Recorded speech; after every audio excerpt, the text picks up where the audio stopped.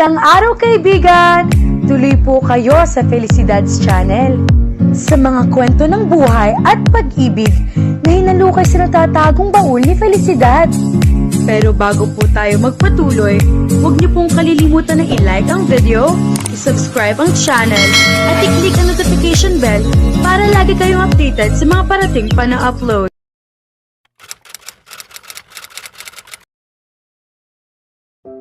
Mama, handa na ako. Natigil si Andrea sa pagbaba ng hagdan kasabay ng biglang pagbilis ng tibok ng kanyang puso nang makita ang lalaking nakaupo sa sofa sa sala ng rest house ng kanyang ina. Napag-usapan nilang mag-ina na pumunta sa isang botanical garden sa Laguna sa araw na iyon. Sa totoo lang, wala sana siyang balak na pagbigyan ang ina. Araw iyon ang pahinga niya at nakaugalian na niyang gugulin ang buong maghapon sa pagtulog. Ngunit sinabi ng mommy niya na mula nang dumating ito sa Pilipinas ay hindi pa sila nagkakaroon ng sapat na sandaling magkasama, ang ina ay abala sa negosyo at siya na mailaging nalulunod sa trabaho. Nakaramdam ng guilt si Andrea kaya napapayag siya. Napagkasunduan nilang siya ang magmamaneho ng sasakyan. Ngunit kung botanical garden sa Laguna ang pupuntahan nila, ano ang ginagawa ni Misael sa bahay nila? May nakatakda ba itong pakikipagkita sa mommy niya? Mula ng pag-uusap nila sa sasakyan 1 linggo na ang nakalilipas, hindi na muling nagpakita si Misael. Dapat sana'y ikatuwa iyon ni Andrea, ngunit hindi niya maunawaan kung bakit may kung anong pagkadismayang sumisiksik sa kanyang dibdib tuwing umaasa siyang makikita ang binata, ngunit hindi iyon nangyayari. Parang nakasanayan na niyang makita si Misael tuwing umaga, at sa tuwing naroon ito, tila mas magaan ang pakiramdam niya. Napadiretso ang tayo ni Andrea nang mapalingon si Misael sa kanyang gawi. Bigla siyang na-conscious. Sumikdo ang kanyang dibdib nang tumayo ang binata at hagurin siya ng tingin.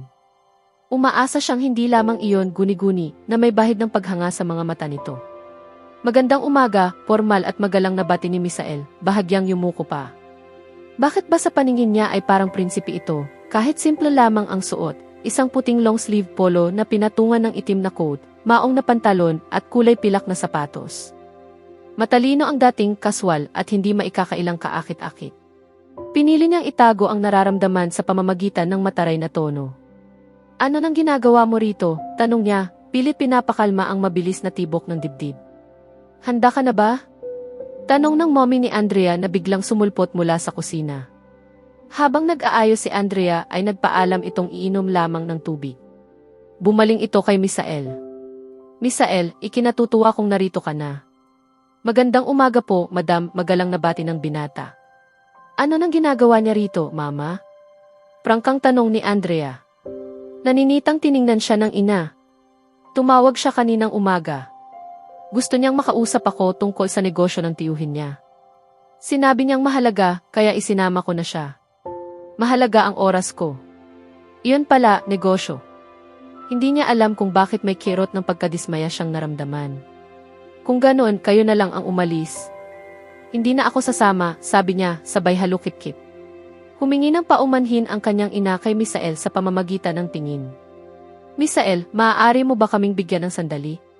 Walang problema. Hihintayin ko kayo sa labas, sagot nito bago lumabas ng bahay. Kailangan mo ba talagang maging bastos sa harap niya, sita ng kanyang ina? Sinabi ko na sayo na huwag mong isama ang negosyo sa personal mong buhay, tugon ni Andrea. Ipinangako ng kanyang ina na sa araw na iyon ay siya lamang ang bibigyan ng atensyon. Ngunit nang mabanggit ang pangalan ni Misael, doon na nagsimula ang mahabang kwento tungkol sa binata, sa gusto man niya o hindi. 28 taong gulang na si Misael. Nakakuha ng lisensya bilang arkitekto sa edad na 19. Nag-aral ng masterado sa Estados Unidos at kalaunan ay nagtrabaho sa Paris sa kumpanya ng kanyang tiyuhin. Doon niya nakilala ang mommy ni Andrea at naging kontraktual na arkitekto para sa mga sangay ng botik nito. Ipinakita pa ng ina ang mga gusaling dinisenyo ni Misael. Hindi maiwasang humanga si Andrea.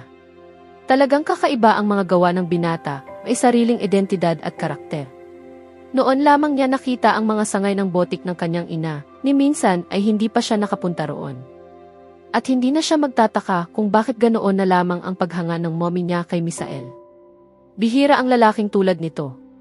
Hindi na kita pipilitin na magustuhan siya, sabi ng ina matapos magbuntong hininga. Ngunit pakiusap, maging magalang ka lang sa harap niya. Arkitekto at negosyante siya. Magpakasibilisado tayo. Nandito siya para sa negosyo. Tinalikuran siya ng ina. Oo nga. Nandito siya para sa negosyo. Tahimik si Andrea habang nagmamaneho. Ang mommy niya ay nasa passenger seat at si Misael ay nasa likuran. Abala ang dalawa sa pag-uusap tungkol sa negosyo. Pasulyap-sulyap siya sa rearview mirror. Hindi niya mapigilan. Tuwing hihinto sila sa stoplight, kusa na lamang napapadako roon ang kanyang paningin. Pagdating sa botanical garden ay bumaba ang dalawa, ngunit nanatili siya sa loob ng sasakyan. Hindi ka ba sasama? Tanong ng kanyang ina. Susunod na lang ako, sagot niya. Kailangan niya ng espasyo upang huminga. Nang mawala na ang dalawa sa kanyang paningin ay isinandal niya ang ulo sa headrest, sapo ang dibdib. Bakit pa tila sasabog ang dibdib niya sa simpleng tingin lamang ni Misael? Bakit pakiramdam niya ay siya na ang pinakamagandang babae sa mundo kapag nakikita niyang nakatingin ito sa kanya? Ngunit hanggang doon lamang iyon, hindi siya kinakausap ng binata sa buong biyahe. Talaga bang sumuko na ito? O masaya pa nga ito dahil hindi na siya kailangang lapitan?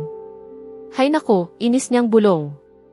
Bakit ba niya masyadong iniisip ang lalaking iyon? Sa loob ng garden, humanga siya sa mga pulang rosas. Napangiti siya habang napapaligiran ng mga bulaklak, tila nasa paraiso. Ngunit nang lilingon siya ay nakita niya si Misael na nakatayo sa di kalayuan, nakatingin sa kanya.